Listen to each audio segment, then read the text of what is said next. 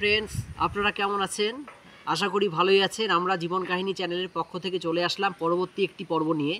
আজকের এপিসোডটার নাম দেওয়া হয়েছে সঙ্গদোষে লোহা ভাসে। আমরা ছোটোবেলা থেকে শুনে আসি এই কথাটা, খুব একটা মাঝে মাঝে আমরা আমরা ছোটোবেলা থেকেই শুনে শুনে অভ্যস্ত। সঙ্গদোষে লোহা ভাসে। আবার আরেকটা কথাও বলা যায়, সৎ সঙ্গে স্বর্গবাস, অসৎ সঙ্গে সর্বনাশ। তো আমরা যে ছোটোবেলা থেকে বড় হয়েছি, পরিবার পরিবেশ দুটাই কিন্তু একটা অঙ্গাঙ্গিভাবে জড়িত।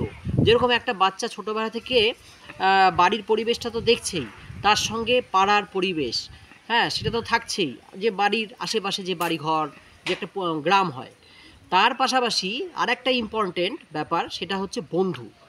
হ্যাঁ, ছেলে বা মেয়ে উভয়ের যে বন্ধু থাকে, দেখা যাচ্ছে খারাপ বন্ধুর সঙ্গে মিশে সে কিন্তু ও খারাপ কাজ করছে, তাহলে আমিও একটু খারাপ কাজ করি।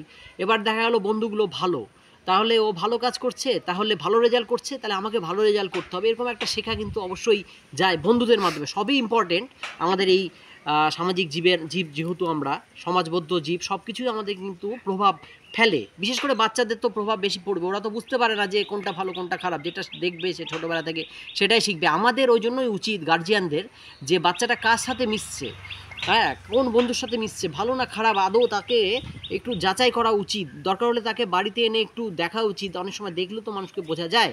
এটাই বলার মেন উদ্দেশ্য বন্ধুরা, যে সঙ্গদোষে লোহা ভাসে, এই কথাটা সত্যিই একটা বাস্তব কথা, যেটা ছোটোবেলা থেকে আমরা শুনে এসেছি।